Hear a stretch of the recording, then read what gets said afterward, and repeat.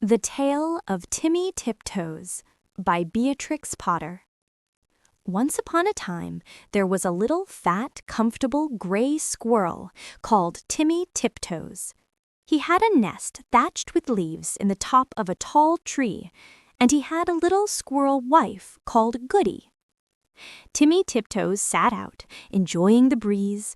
He whisked his tail and chuckled. "Little wife Goody, the nuts are ripe. We must lay up a store for winter and spring." Goody Tiptoes was busy pushing moss under the thatch. "The nest is so snug, we shall be sound asleep all winter. Then we shall wake up all the thinner when there is nothing to eat in springtime," replied prudent Timothy. When Timmy and Goody Tiptoes came to the nut thicket, they found other squirrels were there already. Timmy took off his jacket and hung it on a twig. They worked away quietly by themselves. Every day they made several journeys and picked quantities of nuts. They carried them away in bags and stored them in several hollow stumps near the tree where they had built their nest. When these stumps were full, they began to empty the bags into a hole high up a tree that had belonged to a woodpecker. The nuts rattled down, down, down inside. "How shall you ever get them out again? It is like a money box," said Goody. "I shall be much thinner before springtime, my love," said Timmy Tiptoes, peeping into the hole. They did collect quantities because they did not lose them. Squirrels who bury their nuts in the ground lose more than half because they cannot remember the place. The most forgetful squirrel in the wood was called Silvertail. He began to dig, and he could not remember. And then he dug again and found some nuts that did not belong to him. And there was a fight. And other squirrels began to dig. The whole wood was in commotion. Unfortunately, just at this time, a flock of little birds flew by, from bush to bush, searching for green caterpillars and spiders. There were several sorts of little birds, twittering different songs. The first one sang, "Who's been digging up my nuts? Who's been digging up my nuts?" And another sang, "Little bit of bread and no cheese. Little bit of bread and no cheese." The squirrels followed and listened. The first little bird flew into the bush where Timmy and Goody Tiptoes were quietly tying up their bags, and it sang, "Who's been digging up my nuts? Who's been digging up my nuts?" Timmy Tiptoes went on with his work without replying. Indeed, the little bird did not expect an answer. It was only singing its natural song, and it meant nothing at all.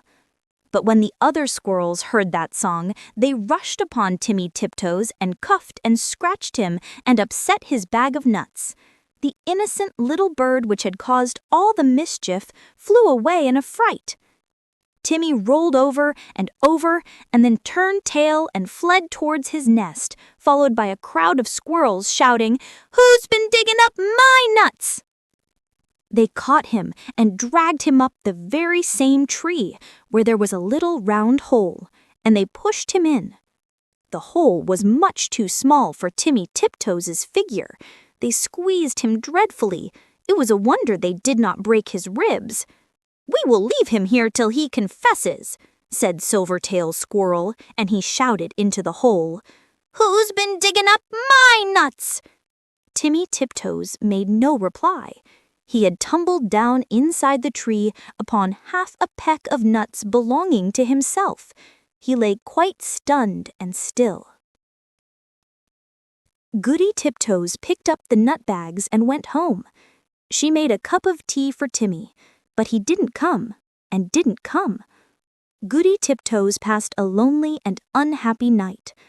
Next morning, she ventured back to the nut bushes to look for him, but the other unkind squirrels drove her away. She wandered all over the wood, calling, "Timmy Tiptoes! Timmy Tiptoes! Oh, where is Timmy Tiptoes?" In the meantime, Timmy Tiptoes came to his senses. He found himself tucked up in a little moss bed, very much in the dark, feeling sore. It seemed to be underground. Timmy coughed and groaned because his ribs hurt him.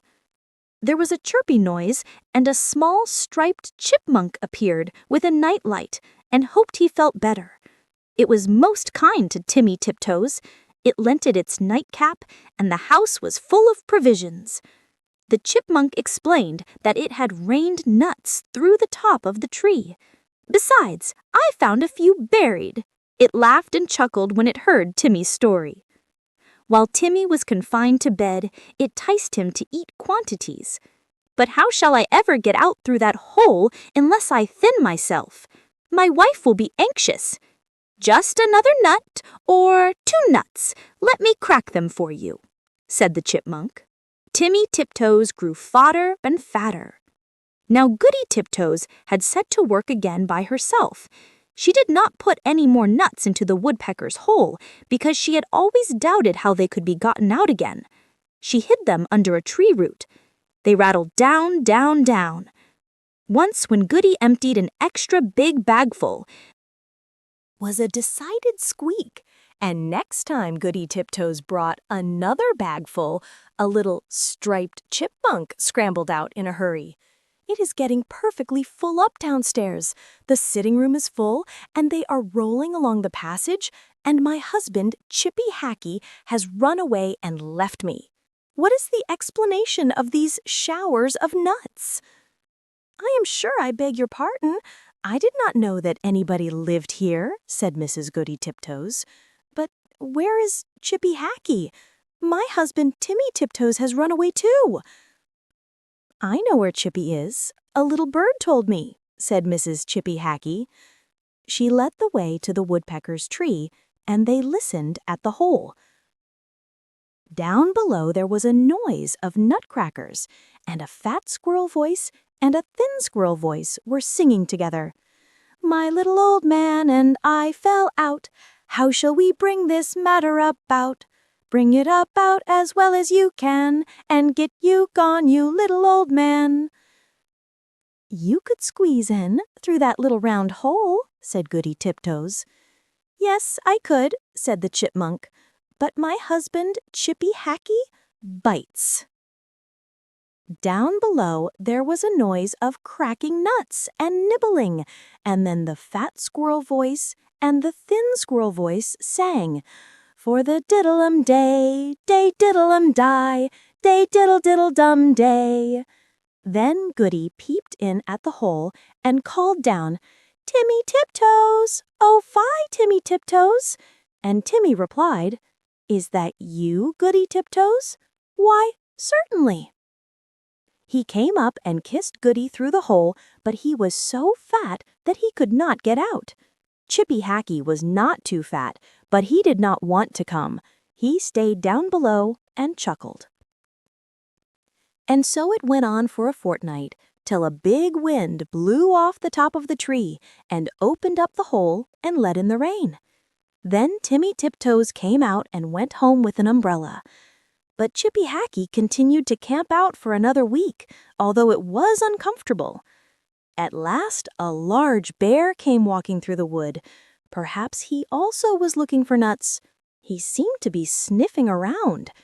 Chippy Hackey went home in a hurry. And when Chippy Hackey got home, he found he had caught a cold in his head, and he was more uncomfortable still. And now Timmy and Goody Tiptoes keep their nut store fastened up with a little padlock. And whenever that little bird sees the chipmunks, he sings, Who's been digging up my nuts? Who's been digging up my nuts? But nobody ever answers.